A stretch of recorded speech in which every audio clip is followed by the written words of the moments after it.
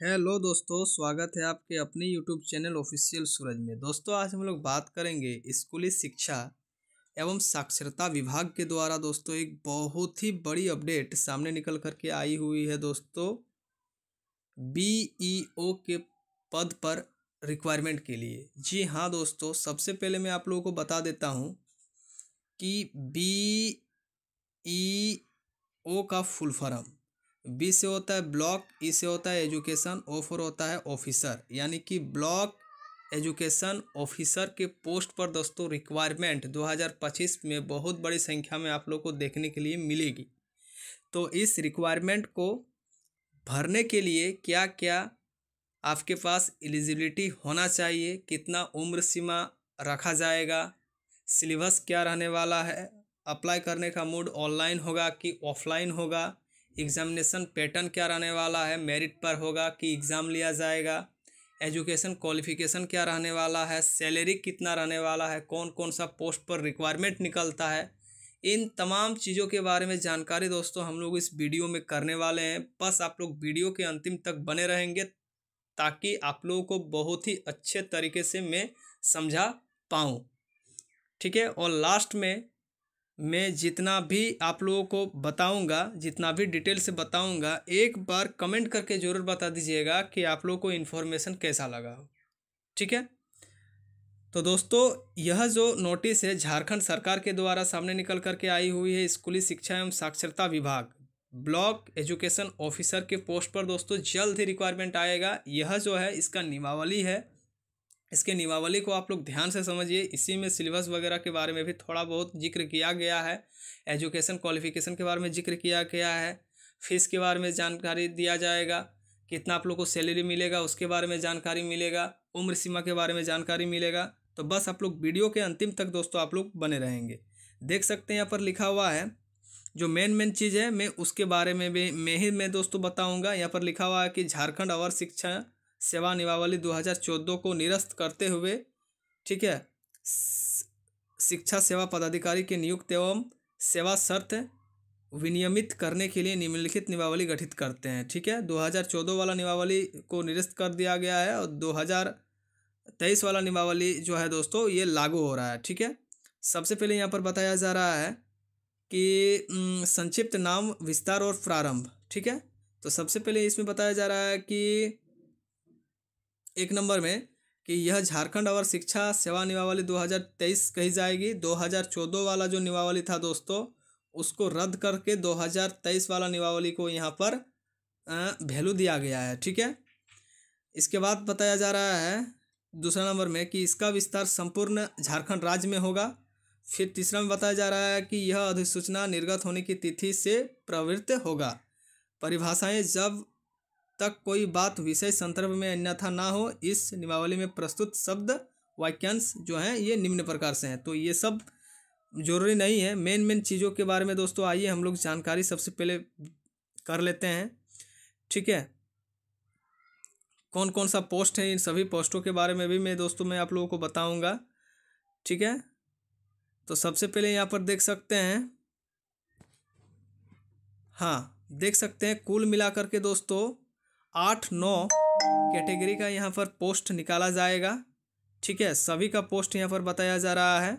Education qualification के बारे में भी मैं भी दोस्तों मैं बताऊंगा। तो सबसे पहले देख सकते हैं यहाँ पर सबसे पहले है कि क में कोटि 1 में प्रखंड शिक्षा पदाधिकारी और विद्यालय निरीक्षक ये पदनाम है। इसका वेतन देख सकते हैं 9,300 से लेकर के आपका 34,800 तक। ठीक है, जो कि लेवल 6 का पेमेंट है। सेवा समूह ये ग्रुप बी का पोस्ट है जो कि अराजपत्रित श्रेणी में आते हैं। फिर कोटि 2 में सहायक शिक्षा अधिरक्षक। ठीक है, इसका भी 9,300 से लेकर के 34,800 तक का ग्रेड पे लेवल है, इतना तक जाएगा। ये भी ग्रुप बी का पोस्ट है, देख सकते हैं। फिर है पोस्ट का नाम देख लीजिए खाली आप लोग, सहायक शिक्षा अधिरक्षक आधारभूत संरचना अनुश्रवण एवं निरीक्षक। ग्रेड पे सब में 40,000 ऊपर ही है, सब ग्रुप बी का ही पोस्ट है। ठीक है, फिर दूसरा वैकेंसी पोस्ट का नाम है सहायक शिक्षा पदाधिकारी। फिर है सहायक शिक्षा पदाधिकारी, आधारभूत संरचना, अनुश्रवण एवं निरीक्षक। फिर है प्रमंडलीय सहायक शिक्षा पदाधिकारी, अनुश्रवण एवं निरीक्षक। फिर है प्रमंडलीय सहायक शिक्षा पदाधिकारी, आधारभूत संरचना, अनुश्रवण एवं निरीक्षण। फिर है आपका सेकंड नंबर का पोस्ट जो है उप सचिव झारखंड अधिविद्य परिषद, सहायक कार्यक्रम पदाधिकारी झारखंड शिक्षा परियोजना परिषद, सहायक कार्यक्रम पदाधिकारी झारखंड शैक्षिक अनुसंधान एवं प्रशिक्षण परिषद JCERT।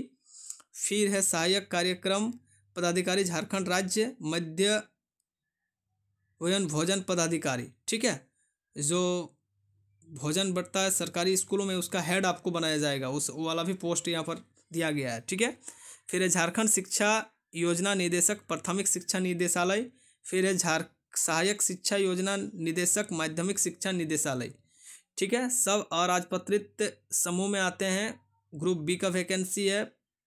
लेवल देख सकते हैं 8, 7, 6 तक गया है इसका।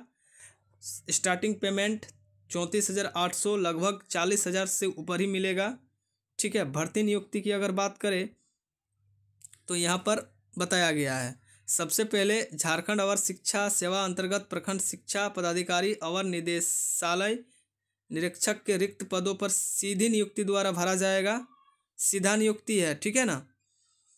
अवर शिक्षा सेवा संवर्ग के पद पर नियुक्ति उनके मूल कोटि बेसिक ग्रेड के वेतनमान में होगी। उच्च योग्यताधारी होने के आधार पर किसी उच्च वेतनमान में नियुक्ति नहीं की जाएगी। इसके बाद सबसे पहले आइए एजुकेशन क्वालिफिकेशन की अगर मैं बात कर लेता हूँ। सीधी भर्ती द्वारा नियुक्ति होगी। योग्यता देख सकते हैं, ये बहुत ज़्यादा इम्पोर्टेंट है। सबसे पहले मूल कोटि के पद पर नियुक्ति हेतु न्यूनतम योग्यता निम्नवत है। न्यूनतम 50% अंकों के साथ स्नातक, उसके समकक्ष में यदि किसी का बीटेक है, BBA है, BCA है, LLB है एवं शिक्षा शास्त्र में 1 वर्षीय BEd होना बहुत ज़्यादा जरूरी है। इसको पहले अच्छा से समझ लीजिए एजुकेशन क्वालिफिकेशन के बारे में। देखिए ग्रेजुएशन जो होता है वो BA होता है, BSc होता है, BCom होता है। ठीक है, ये तो आप लोग जानते हैं। फिर ग्रेजुएशन लेवल में एक कोर्स होता है BBA और BCA, ये भी बहुत कोई करते हैं तो ये भी ग्रेजुएशन ही माना जाता है। एक बीटेक होता है वो भी ग्रेजुएशन लेवल में ही होता है। और एक LLB होता है BA LLB। ठीक है, वो भी ग्रेजुएशन लेवल में होता है। और LLB होता है वो भी ग्रेजुएशन लेवल में भी होता है, तो वो लोग भी डाल सकते हैं। लेकिन उसके साथ कम से कम 1 वर्ष का BEd आप लोगों के पास होना बहुत ज़्यादा जरूरी है, तभी आप लोग BEO के पोस्ट पर अप्लाई कर सकते हो। ठीक है, नहीं तो नहीं कर सकते हो। यदि किसी का 1 वर्ष का BEd है तो वो भी कर सकता है। यदि किसी का 2 वर्ष का BEd है तो वो भी अप्लाई कर सकता है। यदि किसी का इंटीग्रेटेड कोर्सेस यानी कि 4 वर्ष का BEd है तो वो भी अप्लाई कर सकता है। अथवा देख सकते हैं यहाँ पर अथवा में दिया गया है। ठीक, अथवा में क्या दिया गया कि न्यूनतम 45% अंकों के साथ स्नातक एवं शिक्षा शास्त्र में 1 वर्षीय स्नातक BEd जो इस संबंध में समय समय पर जारी किए राष्ट्रीय अध्यापक शिक्षा परिषद मान्यता मापदंड तथा क्रिया विधि नियम विनिमय 2002 के अनुसार उपरोक्त प्रशिक्षण सत्र 31/5/2009 तक सम्मिलित हो चुके हैं, वो भी अप्लाई कर सकते हैं। अथवा फिर मांगा गया है कि न्यूनतम 50% अंकों के साथ स्नातक BTech BBA BCA LLBA एवं द्विवर्षीय BEd वाला भी अप्लाई कर सकते हैं। 1 वर्षीय BEd वाला भी अप्लाई कर सकता है और स्नातक के साथ, और 2 वर्षीय BEd वाला भी अप्लाई कर सकता है स्नातक के साथ।